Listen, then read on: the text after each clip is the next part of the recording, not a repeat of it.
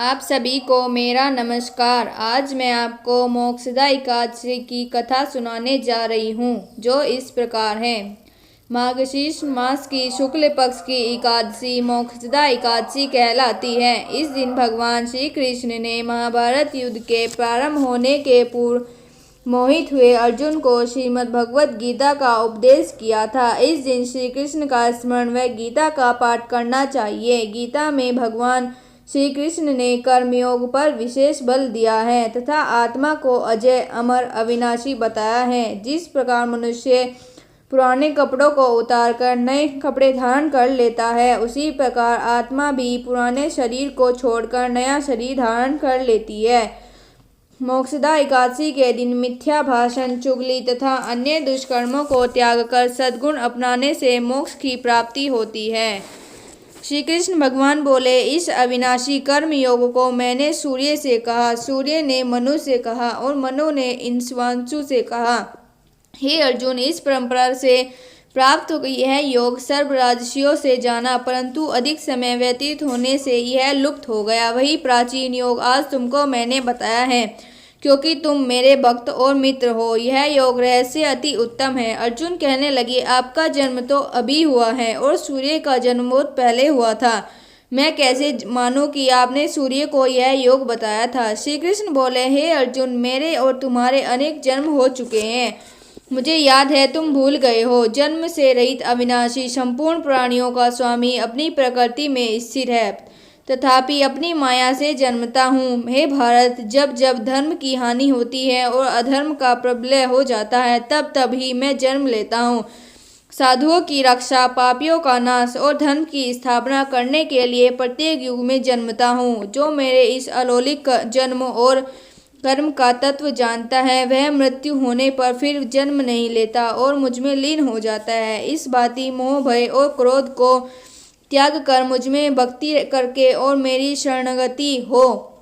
बहुत से मनुष्य ज्ञान रूपी तप से पवित्र होकर मुझ में मिल गए हैं। जो जिस भाव से मेरा पूजन करते हैं, उसे मैं उसी प्रकार का फल देता हूँ। हे पार्थ, मनुष्य जब इस प्रकार से मेरे मार्ग का अनुसरण करते हैं, अर्थात यह चाहे जिसकी सेवा करें या मेरी ही सेवा है। मनुष्य लोक में कर्म सिद्धि की इच्छा करने वाले देवताओं का पूजन करते हैं, क्योंकि इस लोक में कर्म की सिद्धि शीघ्र होती है। मैंने चारों वर्णों की सृष्टि अपने गुण और कर्म से की है।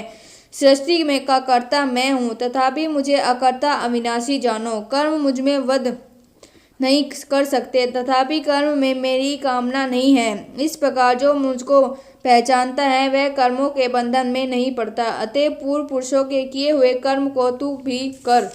हे अर्जुन, कर्म क्या है और अकर्म क्या है, इसके विचार में विद्वान की बुद्धि भी चकरा जाती है।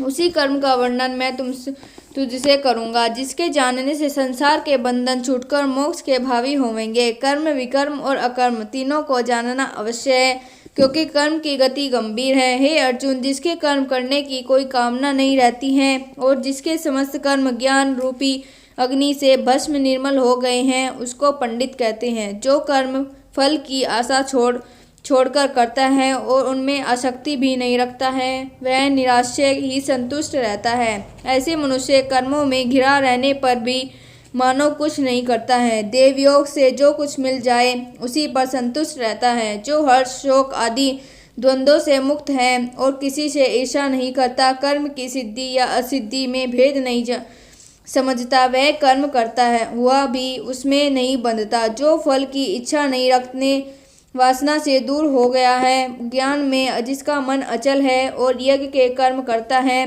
उसके में सब दोष लुप्त हो जाते हैं। हवन करने का पदार्थ भी ब्रह्म है, आहुति देने वाला भी ब्रह्म है। इस प्रकार जिसकी बुद्धि में सर्व कर्म ज्ञान में है, उसको ब्रह्म प्राप्ति होती है। कोई कोई कर्म योगी देवताओं की पूजन करते हैं और ज्ञान योगी ब्रह्म रूप अग्नि में ज्ञान यज्ञ रूप से हवन कर परमात्मा का भजन करते हैं। कोई ऐसा है जो अपनी इंद्रियों को तथा अपने कर्मों को संयम रूप अग्नि में होम देते हैं, और कितनी ही इंद्रिया रूपी अग्नि में इंद्रियों के रूप शब्दादि विषयों को होम देते हैं। कितने ही लोग इंद्रियों के सब कर्मों को और प्राणों को कर्मों को आत्मज्ञान से प्रज्वलित संयम रूप अग्नि में होम देते हैं। कोई तो द्रव्य यज्ञ करते हैं, कोई तप यज्ञ, कोई योग यज्ञ, कोई स्वाध्याय और कोई ज्ञान रूप यज्ञ करते हैं, और कोई प्राणायाम से तत्पर रहने वाले योगी प्राण और अपान वायु से प्राण कर को रोकते हैं और प्राण वायु में अपान वायु का लय करते हैं। कोई आहार को निरंतर कम करके प्राणों को होमते हैं। वे यज्ञवेत्ता हैं और यज्ञ ही से इनके सब पाप नाश हो जाते हैं। जो यज्ञ से बचे हुए अमृत रूप अन्न को खाते हैं वे सनातन ब्रह्म को प्राप्त होते हैं। हे अर्जुन, जो यज्ञ नहीं करते उनको यह लोक और परलोक दोनों नहीं है।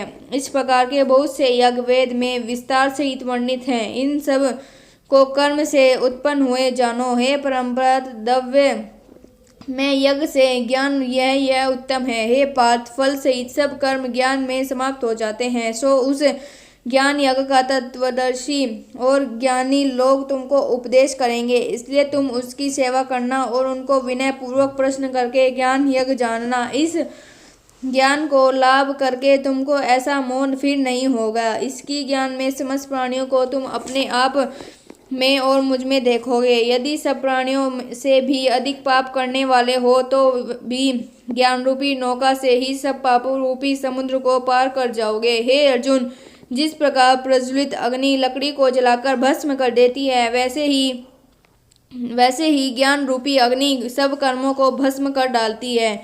इस लोक में ज्ञान के समान पवित्र और कुछ नहीं है। यह व्रत बहुत कर्म प्रयत्न कर्म योग से सिद्ध हुए पुरुषों को अपने आप ही प्राप्त होता है। जो श्रद्धावान पुरुष इंद्रियों को जीतकर ब्रह्म को में लगा रहता है वह ज्ञान को प्राप्त करता है और ज्ञान को पाकर अल्प समय में शांति को पा जाता है। अज्ञानी, श्रद्धा रहित और जिनके मन में संदेह है, ऐसा जो पुरुष है वह शांत हो जाता है, और जिसके मन में संदेह रहता है उनको यह लोक परलोक और सुख कुछ भी प्राप्त नहीं होता। जिनके परमेश्वराधान और निष्काम कर्म योग के आश्रय से कर्म बंधन त्याग दिए हैं, हे अर्जुन, उस आत्मज्ञानी पुरुष को कर्म नहीं बांधते। अतएव अज्ञान से उत्पन्न हुए चित्त में इस संशय को ज्ञान रूपी तलवार से काट कर मेरे बताए हुए कर्म योग को करने के लिए प्रस्तुत हो जाओ। बोलो कृष्ण भगवान की जय।